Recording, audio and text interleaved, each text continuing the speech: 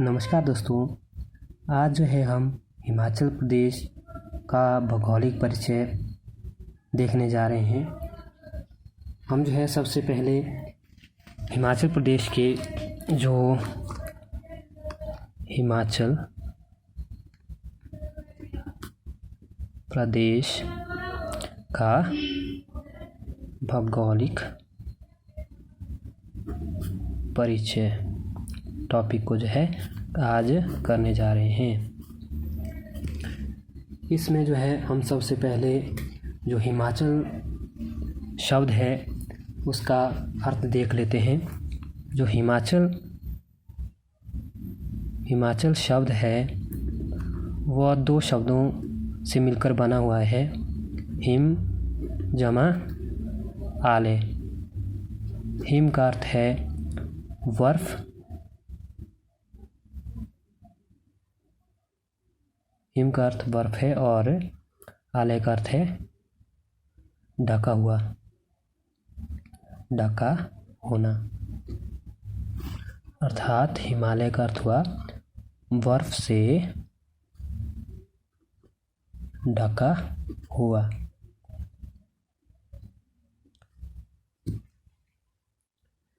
और जो है हम इसका जो भौगोलिक स्थिति है उसको देखेंगे। आपको पता है कि हिमाचल जो है हिमालय के पश्चिम में जो है स्थित है और जो हिमाचल जो है वो हमारा जो मैप होता है उसमें जो है पूर्व उत्तर पूर्व यहाँ हमारा जो है भारत पड़ता है और उसमें जो है हमारा हिमाचल यहाँ जैसे है। तो इसका जो भौगोलिक जो एरिया है, भौगोलिक जो स्थिति है वो है 75 डिग्री 47 मिनट और 55 सेकंड तथा 79 डिग्री 4 मिनट 20 सेकंड पूर्व। जैसा कि मैंने आपको बताया, हिमाचल जो भारत है वह जो है हमारे ग्लोब में पूर्व और उत्तर पूर्व में पड़ता है। तो जो हिमाचल की जो स्थिति होगी वो भी पूर्व और उत्तर को होगी। तो ये हमारा एरिया जो इस तरफ को है वो 75 डिग्री 47 मिनट 55 सेकंड तथा ये जो है स्टार्टिंग पॉइंट मान लो। और यहाँ जो हमारा दूसरा पॉइंट जो है वो है 79 डिग्री 4 मिनट और 20 सेकंड पूर्व में। अब जो है इसका जो उत्तरी जो स्थिति है वो है 30 डिग्री 22 मिनट और 40 सेकंड तथा 33 डिग्री 12 मिनट और 40 सेकंड उत्तर। ठीक है, तो मैंने आपको बता दिया कि जो भारत है वो हमारे ग्लोब में उत्तर और पूर्व की स्थिति रखता है और इसी में जो है हिमाचल जो आता है वो उसकी भी जो है यही स्थिति बनेगी। अब हम बात कर लेते हैं इसके क्षेत्रफल और जनसंख्या की। तो हिमाचल प्रदेश का जो क्षेत्रफल है,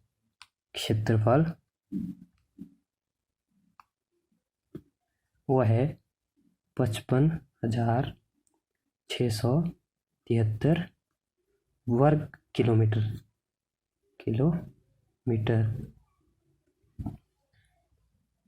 यह जो है देश के कुल क्षेत्रफल का 1.7% है। और जनसंख्या की बात करें हम, अगर जनसंख्या की बात करें तो हिमाचल प्रदेश जो है 28 राज्यों में 17वें स्थान पर है।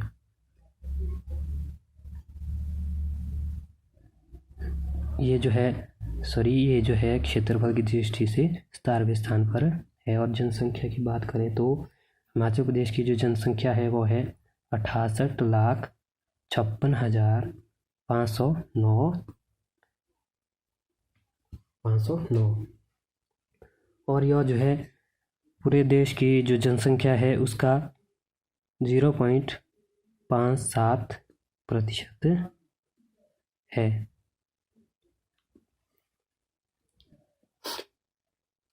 अब जो हम इसका जो ऐतिहासिक या पृष्ठभूमि है, इसका गठन और जो भी इसके रिलेटेड जो महत्वपूर्ण तथ्य हैं उनको हम देख लेते हैं। तो हिमाचल प्रदेश का गठन जो है 15 अप्रैल 1948 में जो है 30 छोटी बड़ी रियासतों को मिलाकर किया गया था। और हम बात कर लेते हैं कि 1948 से लेकर 1951 तक जो है हिमाचल प्रदेश मुख्य आयुक्त चीफ कमिश्नर मुख्य आयुक्त क्षेत्र रहा।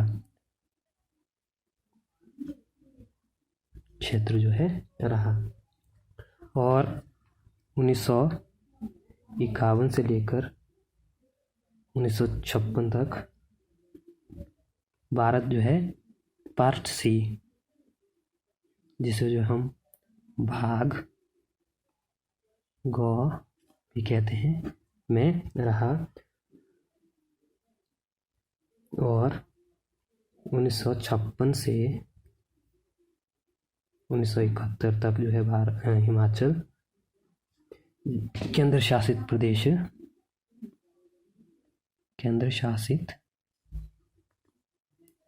प्रदेश रहा।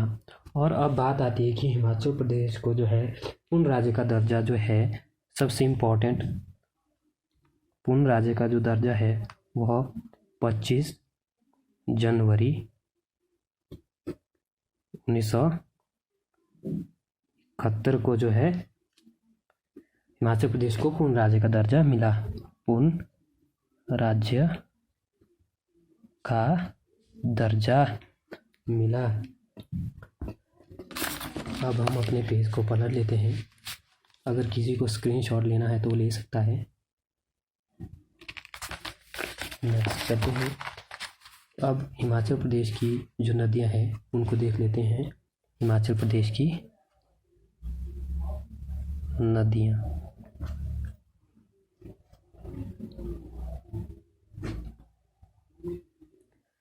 आपको पता है कि हिमाचल प्रदेश में जो है मुख्यतः 5 नदियां हैं। वो 5 नदियां जो कौन कौन सी है उनको हम देख लेते हैं। पहली जो इसमें है वो है चिनाब, रावी, सतलुज, ब्यास और यमुना।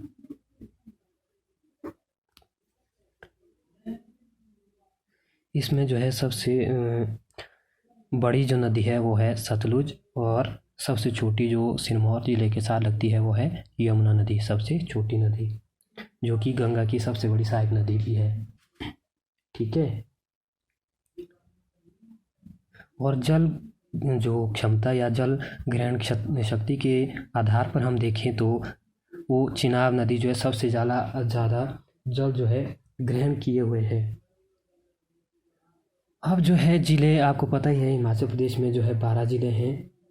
और जनसंख्या के आधार पर हम बात करें तो जनसंख्या के आधार पर जो कांगड़ा जिला है उसका फर्स्ट स्थान है। और हम बात करें क्षेत्रफल के आधार पे तो लाहौल स्पीति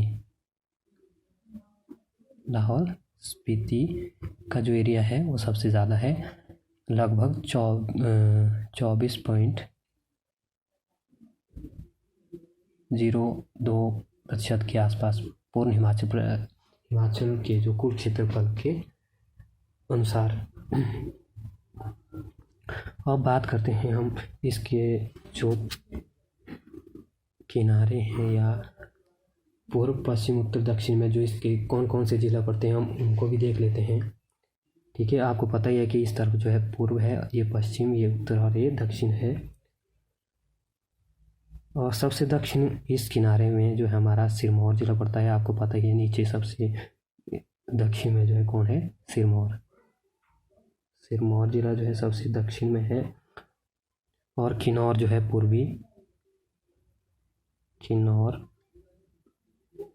चंबा और लाहौल स्पीति जो है उत्तर में, चंबा और लाहौल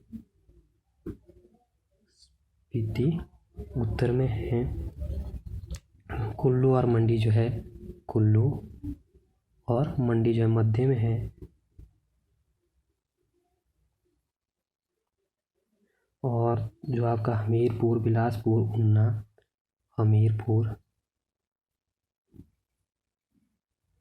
बिलासपुर, ऊना, कांगड़ा जो है हिमाचल प्रदेश के पश्चिम में जिले पड़ते हैं। अब हम बात करते हैं कि जो हिमाचल प्रदेश के जो पड़ोसी राज्य और जो कोई देश पड़ता है उनको भी देख लेते हैं। आपको मैंने पहले ही बता दिया, पूर्व, पश्चिम, उत्तर और दक्षिण ये जो हमारी दिशाएं हैं। और इसमें जो है जो हिमाचल प्रदेश का जो पूरा कुल क्षेत्रफल जो है, कुल जो सीमा है, बाउंड्री है, वो है 1170 किलोमीटर। कितनी है, सबसे इम्पोर्टेंट पॉइंट है, आप देख लेना, नोट कर लेना इसको कॉपी में, 1170 किलोमीटर। अब बात कर लेते हैं हम राज्य जो है, इसके पड़ोसी राज्य कौन कौन से हैं और कौन सी दिशाओं में हैं। और दक्षिण जो दिशा में है वो है हरियाणा, हरियाणा व उत्तराखंड, उत्तराखंड। उत्तर में जो है जम्मू कश्मीर, आपको पता ही है, जम्मू एंड कश्मीर। और पश्चिम में जो है वो पंजाब, तथा पूर्व में जो है तिब्बत। ये जो है आपको पता है पहले देश था, ठीक है, अब जो है चीन के अंतर्गत आता है। तो ये जो है इसकी हमने देख लिए कि कौन कौन से जो है इसके ज़िला जो है इसके कौन सी दिशा में पड़ते हैं और कौन कौन से इसके पड़ोसी दिशा राज्य हैं और कौन सी दिशाओं में पड़ते हैं, ठीक है। अब जो है हम आगे चलते हैं, ठीक है। आप इसका स्क्रीनशॉट लेना चाहते तो ले सकते हैं। अब जो है हम एक इसका नया टॉपिक लेते हैं जो कि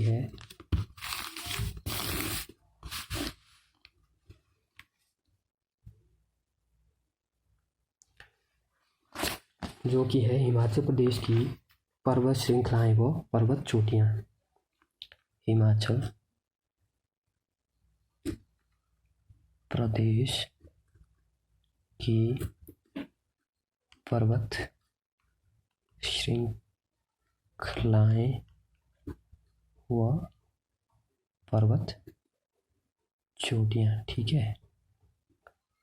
आप इस टॉपिक को भी ध्यान से पढ़ें क्योंकि बड़ा ही महत्वपूर्ण टॉपिक है। तो पहले हम जो है इसके पर्वत श्रृंखलाओं के बारे में पता कर लेते हैं।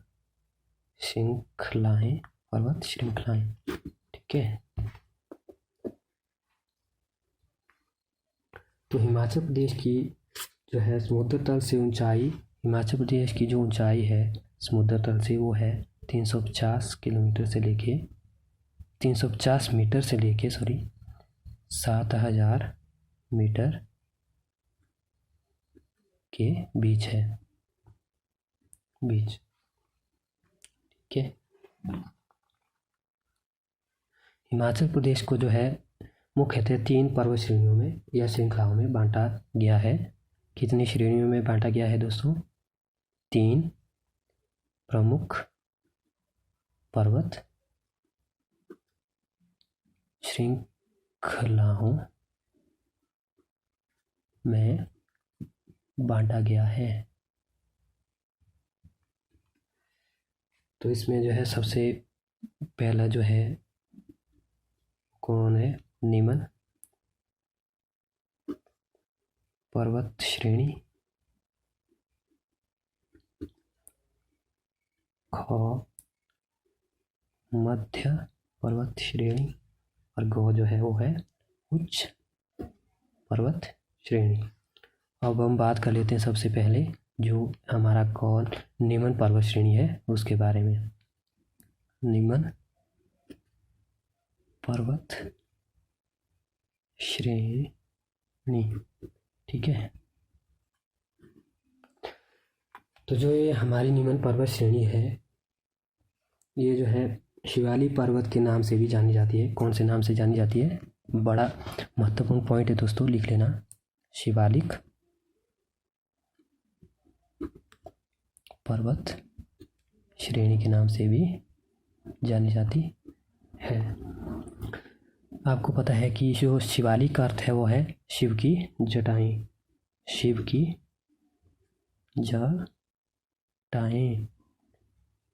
इस क्षेत्र की समुद्र तल से ऊंचाई जो है 350 मीटर से लेकर 1500 मीटर तक है। जो ये हमारी निम्न पर्वत श्रेणी है इसकी ऊंचाई जो है वो है 350 से लेकर 1500 मीटर तक।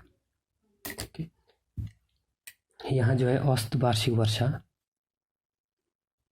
औसत निम्न पर्वत श्रेणी में जो है औसत वार्षिक जो वर्षा होती है वो 1500 मिलीमीटर से लेकर 1800 मिलीमीटर तक होती है। जो प्राचीन काल में जो है सबसे बहुत ही महत्वपूर्ण जो पॉइंट है वो है कि प्राचीन काल में जो है शिवालिक पर्वत को मानक पर्वत के नाम से भी जाना जाता था। कौन से? मानक पर्वत।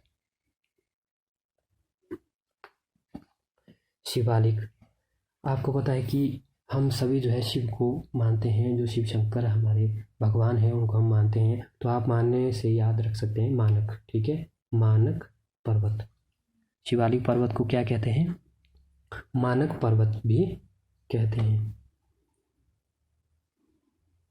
और इस जो ये हमारा निम्न पर्वत श्रेणी या शिवालिक पर्वत है इसमें जो है कौन कौन से जिला आते हैं उनको भी हम देख लेते हैं। जो जिला जो इसमें कौन आते हैं वो है मंडी, सोलन, सिरमौर। सिरमौर के जो निचले क्षेत्र हैं वो, ठीक है। और इसमें जो है मुख्य फसलें कौन कौन सी उगाई जाती है या उगाई जाती हैं वो है मक्की है, गेहूं है, अदरक है, धान है, गन्ना है। ये जो है कुछ मुख्य फसलें हैं जो शिवालिक पर्वत या निम्न पर्वत श्रेणी या मानक पर्वत श्रेणी में होती हैं।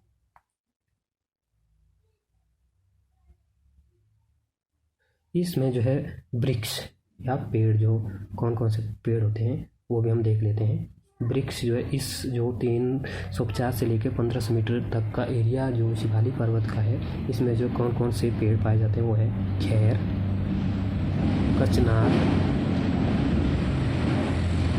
आम, शीशम,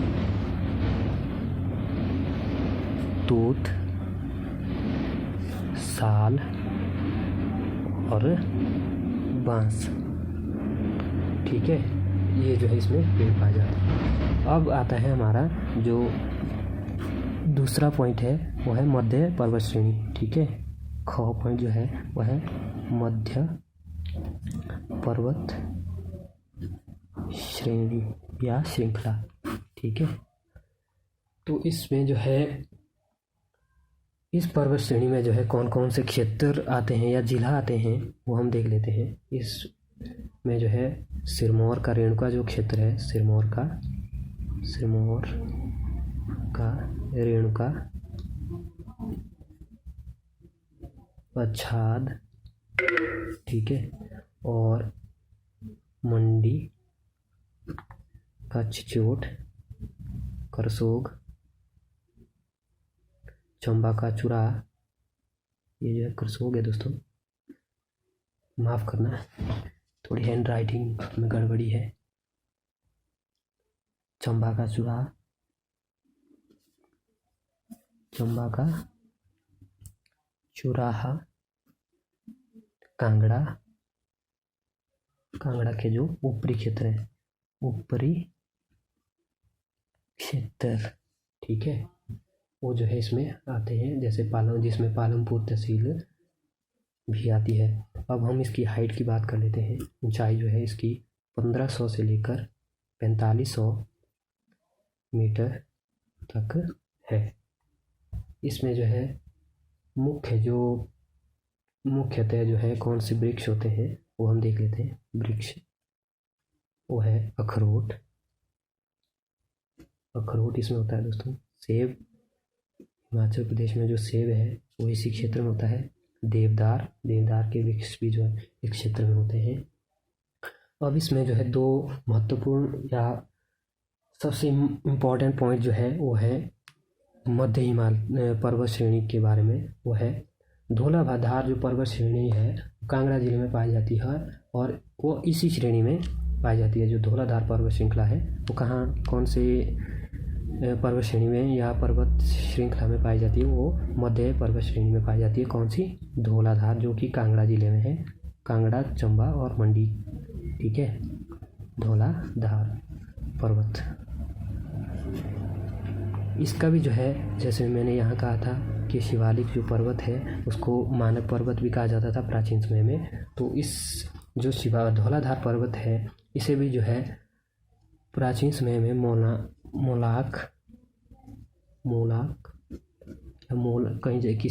कई जगह में से मोलक पर्वत के नाम से भी जाना जाता है। पर्वत मोलाक या मोलक पर्वत, ठीक है। और जो दूसरा पॉइंट है वो है जो पीर पंजाल पर्वत श्रृंखला जो चंबा जिले में पड़ती है। पीर पंजाल पर्वत श्रृंखला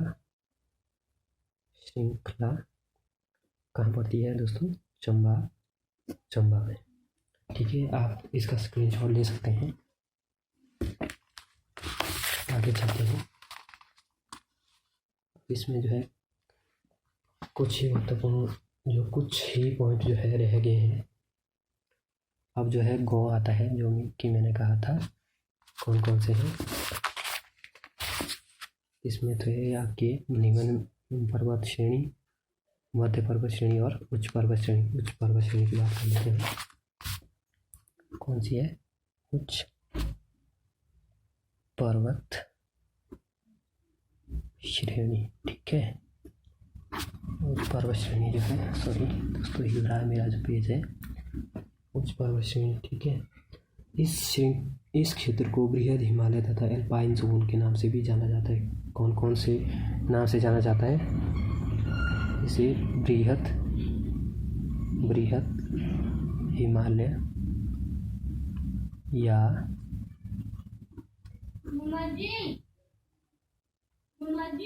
एल्पाइन जोन, ठीक है। इन नामों से इनको जाना जाता है। इसके अंतर्गत जो कौन से क्षेत्र आते हैं वो है क्षेत्र जो इसके अंतर्गत आते हैं वो है चंबा की जो पांगी है, चंबा की का जो पांगी क्षेत्र है वो, या पांगी जो तहसील है वो इसमें आता है। लाहौल स्पीति और किन्नौर, लाहौल स्पीति और किन्नौर का जो क्षेत्र है वो इसमें आता है। और इसकी जो ऊंचाई है दोस्तों वो है 45 मीटर से ऊपर, ठीक है। मैंने सबसे पहले आपको बताया जो निम्न पर्वत श्रेणी है उसकी ऊंचाई जो 350 से लेकर 1500 और मध्य की जो है 1500 से लेकर 4500, और ये उच्च पर्वत श्रेणी या बृहद हिमालय और अल्पाइन जोन जो है इसकी जो ऊंचाई है वो कितनी है? 1500 मीटर से लेकर ऊपर। और जो जास्कर पर्वत श्रेणी जो मैंने बोला आपको, इसी क्षेत्र में जो है जास्कर पर्वत श्रेणी भी आती है। लिख लेना, बड़ा इंपॉर्टेंट पॉइंट है। जास्कर